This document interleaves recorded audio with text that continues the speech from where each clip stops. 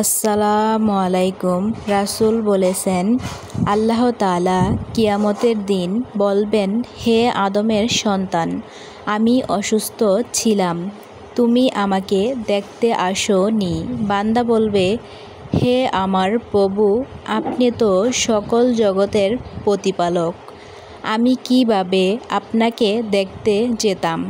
আল্লাহ বলবেন, আমার অমুক বান্দা অসুস্থ ছিল, কিন্তু তুমি তাকে দেখতে যাওনি। যদি তুমি তার কাছে যেতে, তবে আমারই সান্নিধ্যই পেতে। এরপর আল্লাহ বলবেন, হে আদমের সন্তান, আমি তোমার কাছে খাদ্য চেয়েছিলাম, কিন্তু তুমি আমাকে দাওনি।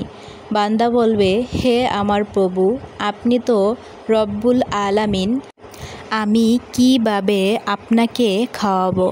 আল্লাহ বলেন, আমার অমুক বান্দা তোমার কাছে খাবার চেয়েছিল, কিন্তু তুমি তাকে দাওনি।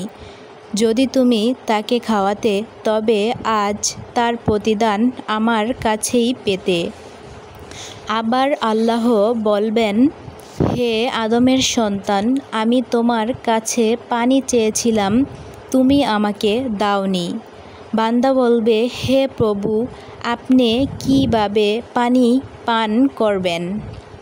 আল্লাহ বলবেন, আমার অমুক বান্দা তোমার কাছে পানি চেয়েছিল, কিন্তু তুমি তাকে দাওনি।